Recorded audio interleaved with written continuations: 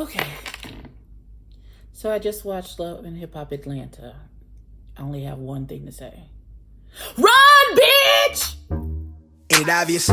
I just got the check for depositing. $750 for the sound wave to get it processed. Won't stop to that shit. Weighing down my pockets. My main things to my main thing. She a blossom. When she ease the pain with the brain, she a doctor. She open up anything thicker than the plot gets. Swear that shit is awesome. Sight for the optics. Young nigga on top. Nike's all I'm rocking, so that all they see is checks from where the head to where the socks fit. No logo on the bifocal, flicking old roach tips. Won't even show my face until all the shows book. Need the cash in advance, leave them all social. I'm the guy they chosen. Rise up like the rose and put them on a poster. All the way up in the sky where the stars posted. Sip it on that rose, I put it down on coasters. Stack francs from the waves till I own the ocean. More praises for the sayings, let it all soak in. They like, hey, that shit is flame, bitch, I know I rode. They going tight, dumb Dre when it 04 shit. Heavy off the 4 road.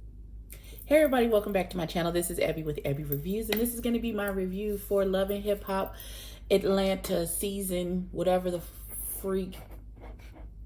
episode. God almighty, no. Hold on, I'll get it for you. I'm going to, because that's what I do.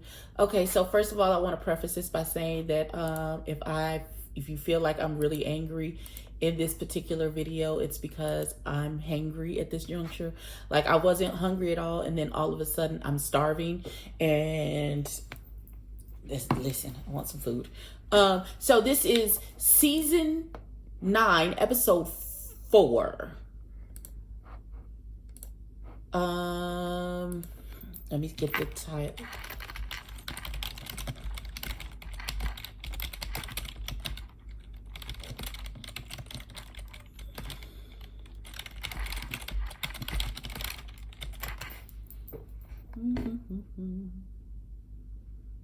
Queen of Atlanta is appropriately. We're gonna talk about that.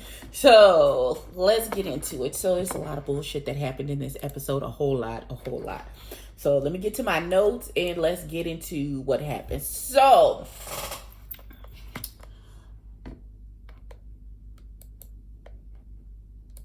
okay, so at the beginning of the episode, we see Mimi talks about how last year she had a break-in at her house and she was shot at. She went out, she heard noise in her garage. She went out in the garage. Somebody had broken into her vehicle and shot at her from their vehicle. And so she had to call the cops. It was a whole thing. So she set up a self-defense class with all of the women. So everyone was there. Spice was there. Carly Red, Shekinah, all of her people were there to do the self-defense class. Carly is there and she introduces Spice and Shekinah to Kiyomi. Kiyomi is I put Shad's because maybe I am shady. I put Shad's ex-girlfriend. So because that's a grown man. I'm not calling you Bow Wow anymore. I'm not calling you Bow Wow, Chico Bow Bow. I'm not doing any of those things. First of all, because young man, you're still delusional and I don't have time for you and your big bag of bullshit. So she's Shad Moss's ex-girlfriend. It was the one that he got into the confrontation with. She was the one on Growing Up Atlanta. I think it was Growing Up Hip Hop Atlanta. With him, she said him and her had a bunch of strife and foolishness and fool-la-la to the point where she actually had a miscarriage and lost a baby. So they introduced her around and she said she wants to be known as more than just the elevator girl and as Shad Moss's ex, even though half people don't even know who Shad Moss is. So next we go to the stupid nigga with the dreads and Scrap DeLeon. Let me preface this by saying I know what the stupid nigga's name is, but from here on out, he will be the stupid nigga with the dreads because I don't like him because he's full of shit. We'll get into that later. So Scrap DeLeon wants to own his own barbershop. His sister, Cheyenne, is a real estate agent and she's going to help find a shop for him. He gave her a budget and she's like, okay, well, let me vet out I'll give you like 3 or 4 choices. You go and tour them and then you'll pick which one you want. Okay. So as Cheyenne is leaving the shop, she has been dealing with the stupid nigga with the dreads for 2 years. Now, I don't know how long Sierra and stupid nigga with the dreads relationship has been over, or how long they've not been dealing with each other. But all I could say to baby girl Cheyenne, first of all, they've been dating for 2 years. They've been talking, dating. She says she's tired of being a secret. Nobody knows that they're dating.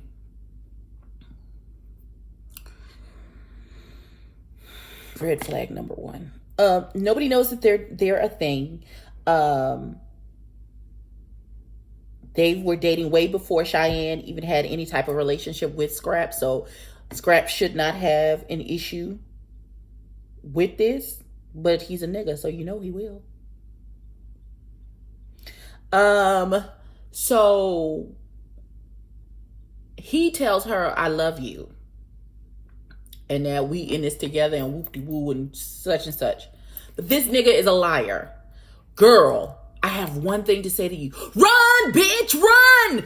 Listen, girl, take your bags, take your good boobs, your good job, and your good sense, and run. Run. Take your good pussy and run, girl. Run. This nigga is not good for you, bitch. This nigga is toxic. He's gonna fuck you up. Run, girl. Look at the red signs. Look at their red lights all over. They're flashing above this motherfucker's head. Run, bitch. It's not gonna turn out well. You gonna end up mad and angry at some other bitch. We'll get into that in a minute. Later on, when you find out this nigga is full of shit, girl, run. Run, girl. Run. Okay. And I'm back. I need a sandwich because this is just going to get worse.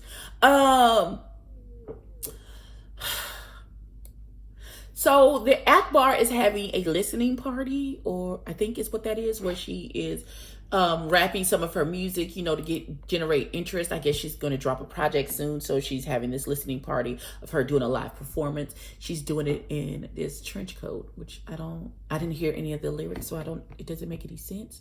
She says that she is the self-proclaimed queen of Atlanta, I guess queen of the Atlanta rap scene, and as she's working on her music. Now, my girl Tokyo and Bambi and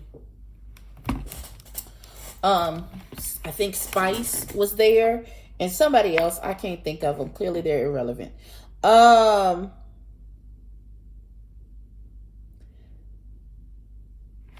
First of all, Spice is me. Spice said, all these people fighting over being queen of Atlanta and none of them have hits. Bitch. Then Tokyo says to Akbar when she come down, she was like, you know, I'm not really here to support Akbar. I'm just here to find out why you being messy on the internet. Apparently Akbar is going around on the internet because light-skinned Keisha, in one of her lyrics, I guess she said, light-skinned Keisha, Big Bang Bisha, queen of Atlanta, blah, blah, blah, blah, blah. And Akbar took offense to that because she said she is the queen of Atlanta.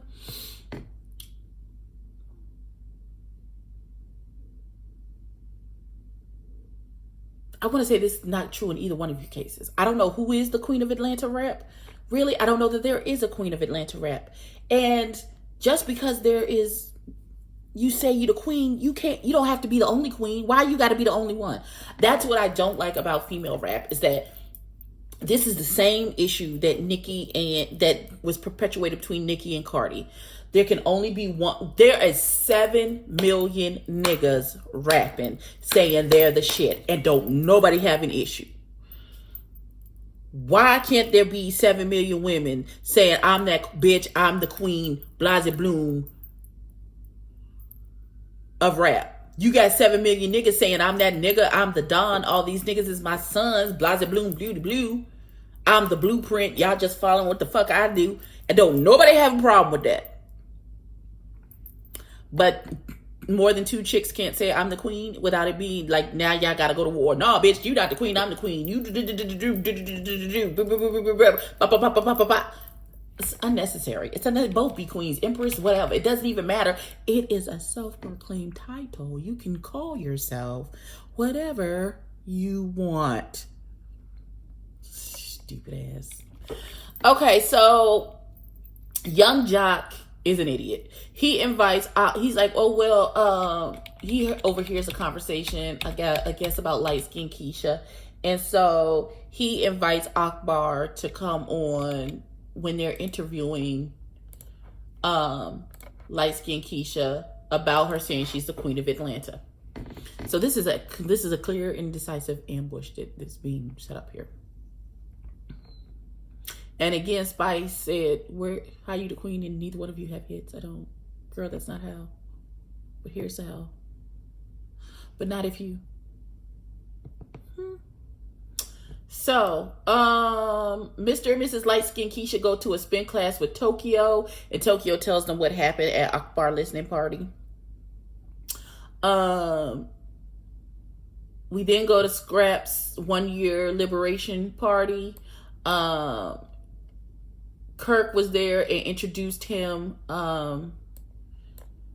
to his brother who was in jail for about 23 years, they said. And he just got out. So Scrap says, I'm having a community give back event, and invites Kirk and his brother to that event. Mama D and KK are having a little conversation. And then it wasn't really relevant to it. I don't remember what they said. Oh no, KK was trying to get Mama D to have some type of resolution, or at least be cordial with Bambi's mama. And Mama D was nothing but death could keep me from it. Like she's not here for that bullshit. So then we go to Shooter and Kiyomi. Kiyomi is doing a photo shoot or a video or some type of promotional thing, and at first it looks like she and Shooter is in the shower having sex, and we pull back and realize it's a photo shoot. However, she and Shooter are fucking. They're in a whole ass relationship. He's in 2 relationships. He's in a relationship with Cheyenne that he's been in for 2 years, and Kiyomi that he's been with the last 6 months. This nigga said, and I quote, Kiyomi is my favorite, so if I had to pick, I would pick Kiyomi. She got a head on her shoulders, and I like her. But you just told that baby girl that you loved her. See, this is bullshit I'm talking about. The ain't shitness of Shooter is just unimaginable. He not even fine enough to do all of this bullshit. Why are you? His dick must have magical shit coming out of it, because there is no way these 2 gorgeous, beautiful, smart, talented black women is dealing with this ugly ain't shit nigga who got 7 million kids, 17 baby mamas. He look like he don't know how to wash his balls good. What the actual fuck is happening? What is happening? I understand the appeal of a dirty nigga. I fucked a couple of dirty niggas, but that's it. Not in a relationship, not fall in love. You know why? Because he's a dirty nigga and he ain't shit. No, sis, this is not going to turn. Listen, come Cheyenne, Kiyomi, come sit next to your Aunt Abby. I got some shit to impart to you. No, Shooter is the type of nigga that you fuck and then you walk the fuck away. You get the dick and walk. Don't get attached to the dick. Don't have feelings for the dick. You fuck this nigga and you walk the fuck away with all of your shit still intact. That nigga's gonna fuck your credit up. He gonna fuck your life up. He gonna fuck all your shit up and then walk away like nothing happened and then looking at you like, what? I don't know what you mad for. Bitch, I'll be a mother... You know what? Ooh, woo. Ooh, woo, woo, woo, woo. Fuck this nigga. Take the dick and run. Do not get feelings. Do not get emotionally involved with this nigga. It's going to lead to heartbreak. Do you hear what I'm saying to you? Are you listening to me? Please, for God's sakes. Oh, dear God. Please, Lord Jesus. I come to you as humbly as I know but how. I have to stand in the gap for my sisters. Lord, you know all things. And you know when you made that nigga, he won't shit. Please allow my sisters to see the light without getting hurt, without blaming each other for this bullshit. Please let them be able to rectify this situation and see that it's not them that's the problem, it's him. And come together and Supergirl up together and get rid of this nigga and get him out of here. In your name, I pray, amen. Now, I don't really believe that that's what's going to happen because this all shit has already been recorded. But God, I know you can do all things. You can turn it. Listen, I am praying for that to be the outcome. Because that nigga,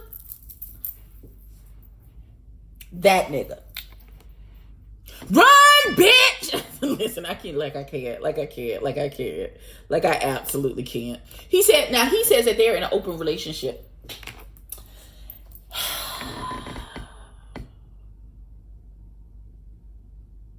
And then this nigga, this is how you know he ain't shit, nigga. He said, I ain't lied to you yet.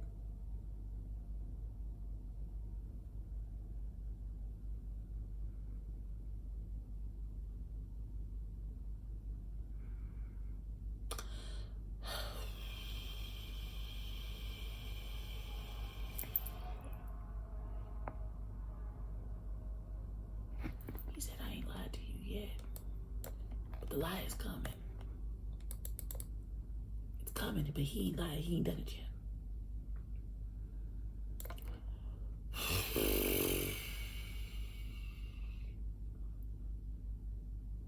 So we're at the community. Okay, wait. Fuck. So Bam and Scrappy. I'm just gonna leave it alone because y'all call me angry and y'all say I be cussing people out, and I'm gonna try and keep it.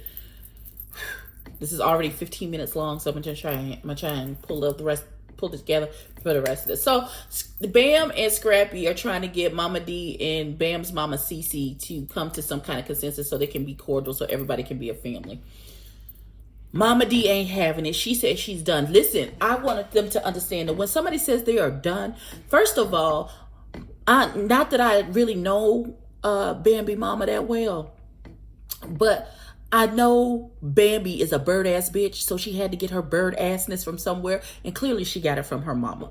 So apparently Mama D had everybody living in her home, in her house, where she paid the bills, where her house is on the note. Her name is on the note. Even Bambi's mama. And Bambi's mama talked shit about Mama D while she was enjoying the comfort of Mama D's home. Fuck you, bitch. It's on site every time I motherfucking see you. To the point where Bambi's mama, listen, I'm covering my eye because I got one wonky lash that she clocked out early and I don't have time. So you put your hands on this woman while she was gracefully allowing you to live in her home.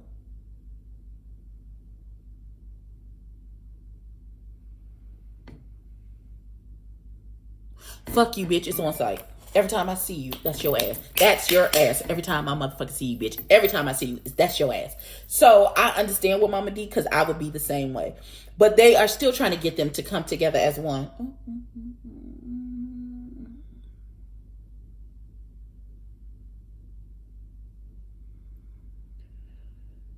I don't care who tells it.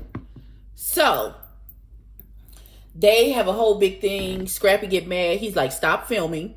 He's like, oh, you want to see WWE? You want me to break the cameras? That's what you want? And Mama D had to catch him. And so they just dispersed. They're not going to get along. Bambi was like, it's not even my issue now because she made a funeral program for Cece Mama. She talked about, I want that spirit of jealousy to die in you. It was a lot. It was a lot of back and forth. Bam said she don't even know how her relationship, because she feels like Mama D went too far with the funeral program. I personally think so too. I just say, just don't talk to her. Just don't talk to her. Just don't talk. You don't have to acknowledge her if you don't want to. You come to the family, you speak to the people that you want to speak to. That bitch, she can stay. Give me 5 feet, bitch. That's it. Give me 50 feet. You stay over there and I'm gonna stay over here and we'll be good. And it don't have to be all of that. Just stay your ass over there and leave me alone. Leave me the fuck alone. I don't fuck with you. Leave me alone. That's all it has to be. So somebody gonna have to tell me how to get rid of it because this is driving me crazy. All right, so Young Jock, keep my girl back, Kiki. Okay. All right, so Young Jock is on his radio show at the Community Give Back, promoting it. They're giving away free meals. Listen, y'all see the fruit fly? Listen. They gotta get out of my house. I can't do this. So KK talked to Cheyenne because at the Liberation Party, she saw Cheyenne and stupid nigga with the dreads interacting, and she was like, they fucking. You can tell by how people interact, how they listen. They think people dumb and can't see, but bitch, we see you. We right here, we see you. So she talked to Cheyenne. She's like, I like him. When we go public, we'll tell Scrap, and it just is what it is. And I like him, and we've been messing around for 2 years. She's like, y'all been fucking. She's like, you ain't being hoeing. And KK told her she being messy. Now she said that Scrap has dated several of her friends, and she ain't never had a problem. So why should Scrap having a problem with her dating one of his friends? Very true. It is going to be a problem because it's double standard, because niggas ain't shit, but we'll get there. But girl, run as fast as you can. Get your shit and get out. Get out right now. Okay. So then we go to the interview. This is how the episode ends. But light skin Keisha is interviewing with Young Jock, and so him and his radio host are talking, and she was like, what is light skin Keisha about? She's talking about her upcoming project, Blase Bloom and Blue Blue, which is what the interview was supposed to be about. And then they said, well, you said that you were Queen of Atlanta. And she said somebody wants to talk to you. They have something they want to say. So they put Akbar on the big screen. I guess they were FaceTiming her. And light skin Keisha said, no, I'm not doing this. That's not what my brand is about. It's not about being messy. It's not about beefs with bitches that I don't know. I can uplift. I'm not about to downgrade no woman in Atlanta who is doing the same thing as me, trying to get it just like I am, over me using Queen of Atlanta, and she wants to use Queen of Atlanta. We both queens. We can both use it. I'm not doing this. I'm walking away. She got pissed and walked out. I don't have a problem with it. Not even one. She was the bigger person. I'm not doing this. I uplift queens. I'm not doing this. This is not my storyline. Y'all not finna do a bunch of messy shit with me around it. Y'all not putting mess on my brand. That's not what I'm doing. And I'm out. And she walked the fuck out. Exactly. And meanwhile, Akbar is talking all of this shit because she likes the Nicki Minaj approach to how you handle situations with other women in your same career path. And so she talking all this shit. Well, don't tell her, don't go get no ghostwriters, bitch. Nobody ever said anything about a ghostwriter for this girl except you. Please go somewhere and sit down. I want to like you because you the big girl. But honey, sit the fuck down. Nobody even knows who you are, girl. If you wasn't on this TV show, wouldn't nobody listen. They didn't even play your song and your lyrics when you did your music listening party, so the millions of people that watch this fucking show could hear what the fuck you talking about. And ain't nobody going to go search you out and find it, bitch. Calm down. Calm down. Bring it down. 7 notches, bitch. I don't know what you got going on. This is a lot. I don't know if you'll be able to see this, but my tank top and my bra are not meeting well. So if you see my bra in this, it's bra. It's holding my titties up. That's all you need to know. But yeah, this is my review for Love and Hip Hop Season 9, Episode 4, Queen of Atlanta. Please like, comment, and subscribe. Tell a friend to tell a friend, and I will catch you in the next one.